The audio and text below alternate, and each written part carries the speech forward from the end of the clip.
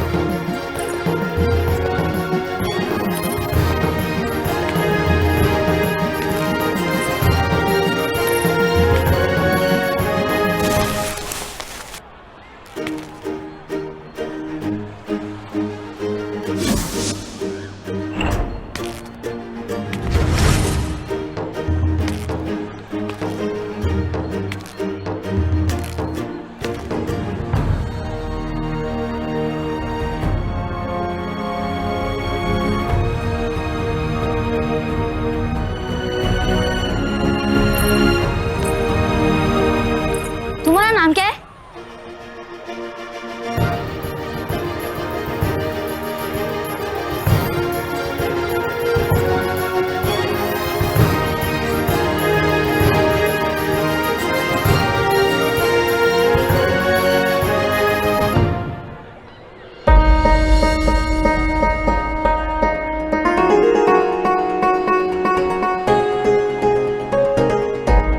पाताल पुष्प का नाम पाताल पुष्प नहीं होता तो क्या सुगंध कम हो जाती? नहीं ना।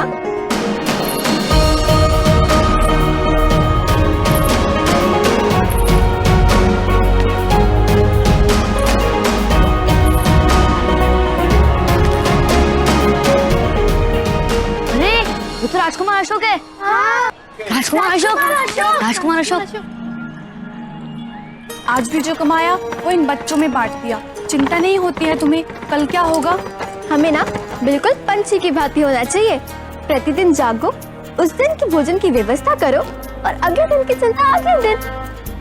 और सत्य तो ये है, यदि ये बच्चे भूखे रहते तो उन्हें नींद नहीं आती, नींद नहीं आती तो स्वप्न नहीं आते, स्वप्न नहीं आते तो। मैं तुम्हें एक संदेश देने आई हूँ।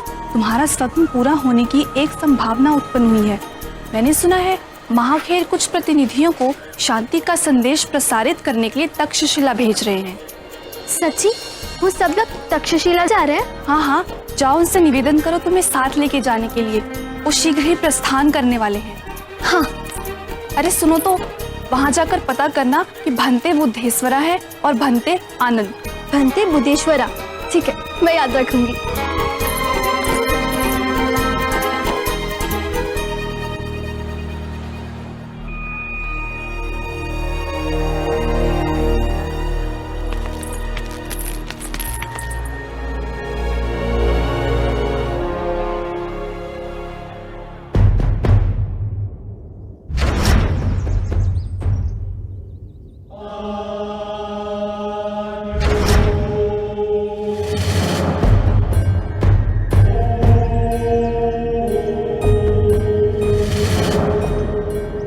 दृढ़ संकल्प और एकाग्रता जिसमें है वही विजयी हो सकता है।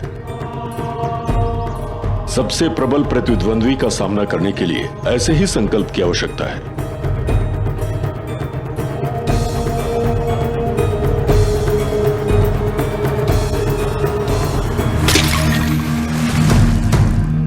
बोधेश्वर, तुम परीक्षा में उत्तीर्ण हुए हो, अब अपने पैर नीचे रख सकते हो। तक्षशिला जाने वाले भिक्षुओं का नेतृत्व अब भंते बोधेश्वर ही करेंगे। शुभकामनाएं। तथागत के संदेशों का प्रचार व प्रसार करिए। ऐसा नहीं कि मेरा प्रदर्शन अद्भुत था, तुम भ्रमित हो गए, तुम्हें ऐसा लगने लगा था कि मैं तुमसे अच्छा कर रहा हूं। मुझे आप अपने साथ ले चलिए। मुझे आप जैसे अनुभवी व्यक्ति के साथ बहुत कुछ सीखने को मिलेगा। अवश्य, ये मेरे लिए गर्व की बात होगी।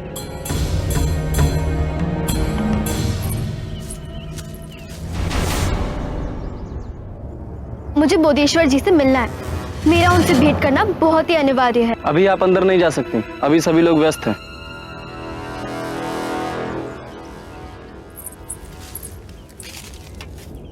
मुझे क्षमा कर दीजिए बोधेश्वर जी, और मुझे अपना पक्ष रखने के लिए एक अवसर दीजिए। कौन हो तुम? कौरवी। और मैं आपके साथ तक्षशिला जाना चाहती हूँ। कन्या, कदाचित तुम्हें इस बात का आभास नहीं है कि तक्षशिला में अराजकता का वातावरण है। एक क्रूर व्यक्ति ने वहां पर हिंसा और अत्याचार से भय का वातावरण उत्पन्न कर दिया है। मैं तुम्हें अपने साथ नहीं ले जा सकता। जब मैं तक्षशिला से लौटूंगा तब मुझसे भेंट करना। बोधेश्वर जी, मैं विनती करती हूँ आपसे, आप ऐसा समझ लीजिए कि अगर कोई मुझसे पूछे कि मेरी अंतिम इच्छा क्या है, तो मैं यही कहती, तक्षशिला की भूमि में प्रवेश करना। कन्या, धैर्य धैर्य। मैंने अभी तुमसे कहा ना कि मैं तुम्हें साथ नहीं ले जा सकता।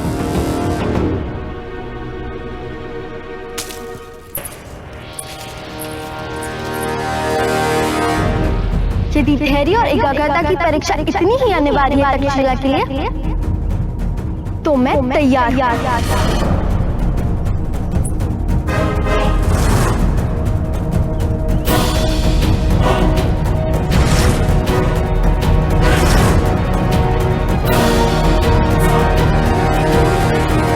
कैसे समझाऊं इसे कि मैं भंते बोधेश्वर नहीं हूं?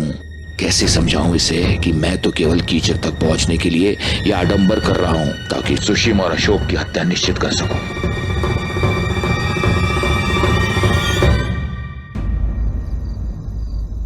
कहीं ये राक्षस मेरे साथ छल तो नहीं कर रहा?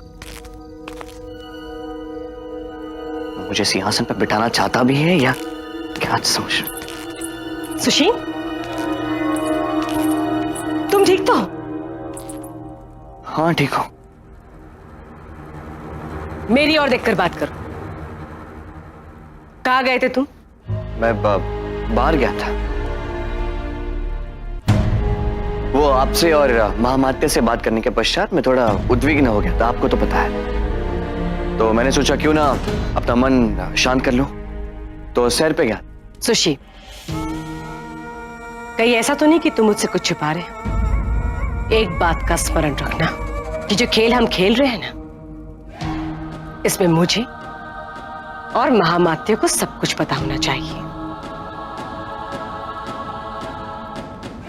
ऐसा कुछ नहीं, मैं भली भांति जानता हूं हम क्या खेल खेल रहे हैं, और यदि कोई समस्या उत्पन्न हो गई तो आपको अवश्य बताऊंगा।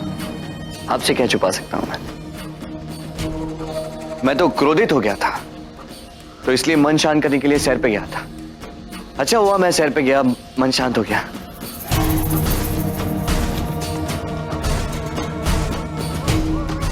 आप निश्चिंत रहिए।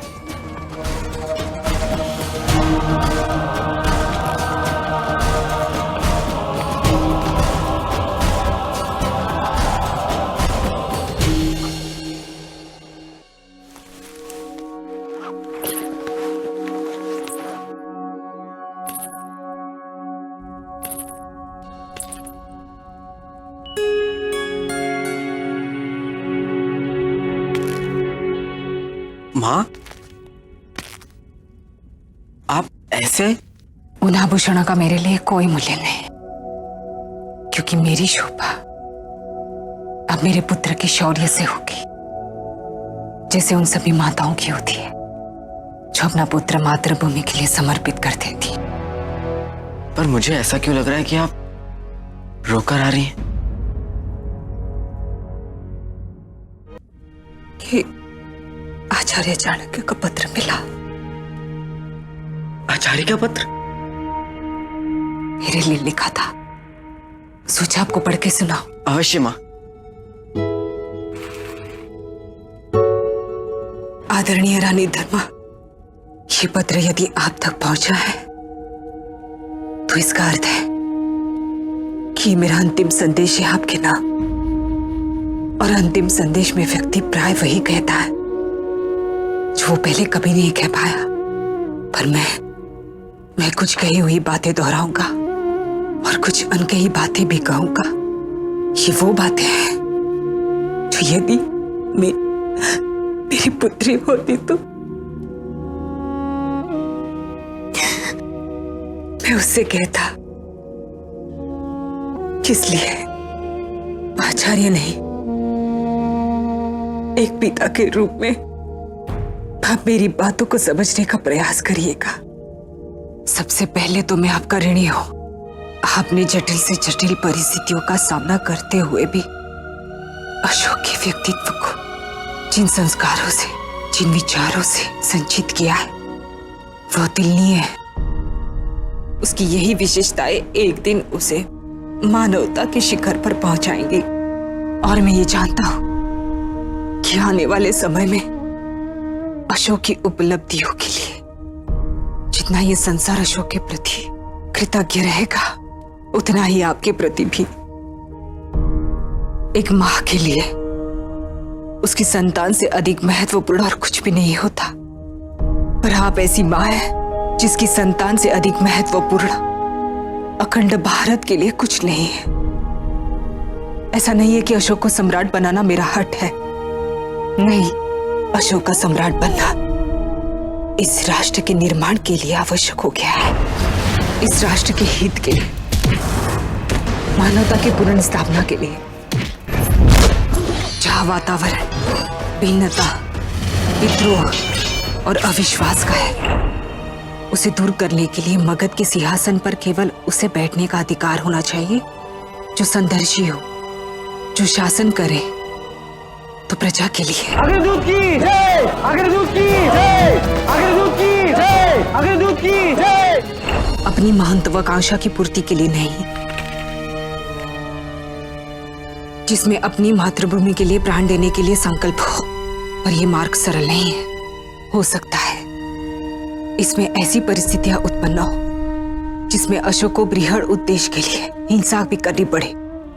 बुराई का अंत करने के लिए शस्त्र सदैव उठाए गए हैं। मनुष्य ही नहीं, ईश्वर को भी ये करना पड़ा है, क्योंकि अच्छाई की भाषा बुरी व्यक्तियों के लिए समझना कठिन होता है। और ऐसे ही अनेक अच्छे व निर्दोष व्यक्तियों की रक्षा करने के लिए, समाज को सुरक्षित बनाने के लिए यदि अशोक को बुरे व्यक्तियों का अंत करना पड़ा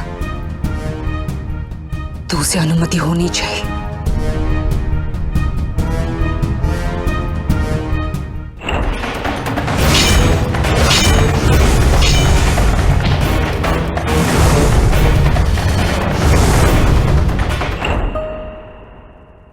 पर मैं जानता हूं कि अशोक के लिए तभी संभव होगा जब आप उसको ये स्वतंत्रता देंगी, आप उसे स्वीकृति देंगी अहिंसा की स्थापना के लिए। कभी कभी हिंसा आवश्यक हो जाती है। आज की परिस्थिति भी कुछ ऐसी है।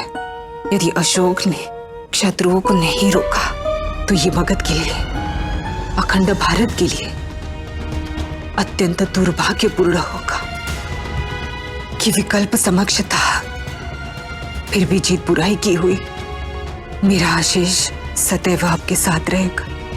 यदि इस जीवन काल कभी आपको दुख पहुंचाया हो तो मुझे वैसी क्षमा कर दीजिए जैसी एक पुत्री अपने पिता को करती।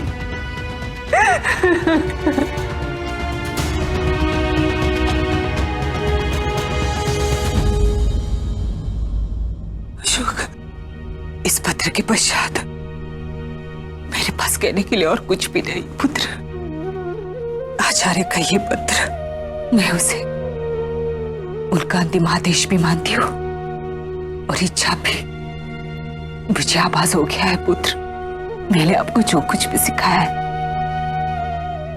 वो हर परिस्थिति में उसका अनुसरण करना संभव नहीं होगा।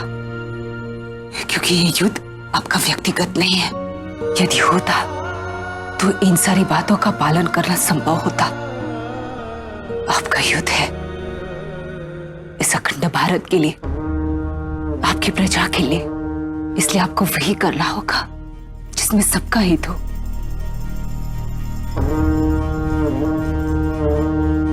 मेरे आशीर्वाद सदैव आपके साथ है। आपका हर निर्णय विवेक से लीजिएगा कि आपको क्या करना है। इतनी बड़ी दायित्व की पूर्ति के लिए आपको अधिकारों से सशक्त किया गया है। इस अधिकारों का दुरुपयोग कभी मत कीजिएगा।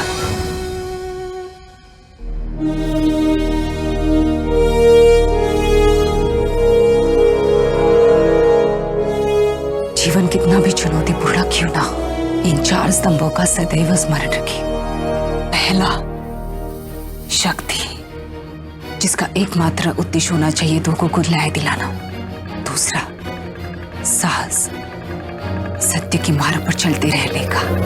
तीसरा, सहनशीलता, विचारों की भिन्नता को स्वीकार करने की। चौथा, विश्वास, असत्य चाहे कितना भी प्रबल क्यों ना हो, अंत में विजय सत्य की होती है।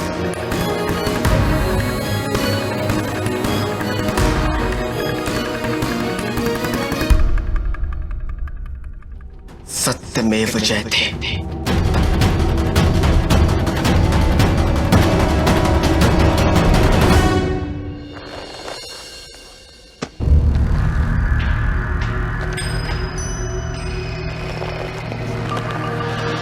जल्दी तैयार हो जाओ, कल सूर्य की पहली किरण के साथ साथ हम यहां से प्रस्थान करेंगे।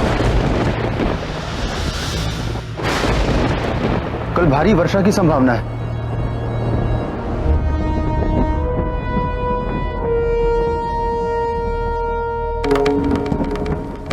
मैं कल जा रहा हूं। यदि तुम्हें मेरे साथ चलना है तो मेरी तय की हुई तिथि और समय का पालन करना होगा। और यदि तुम्हें इस वर्षा से इतना भय है, तुम यहीं रुक सकते हो।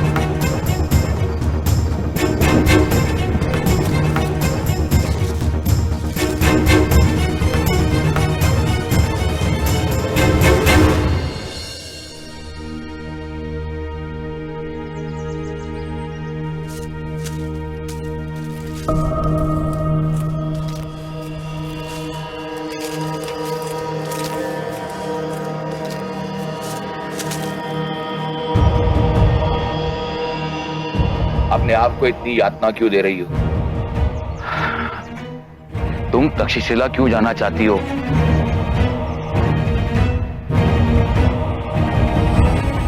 ठीक है, हम तुम्हें अपने साथ तक्षशिला ले चलेंगे। अपने पैर नीचे रखो।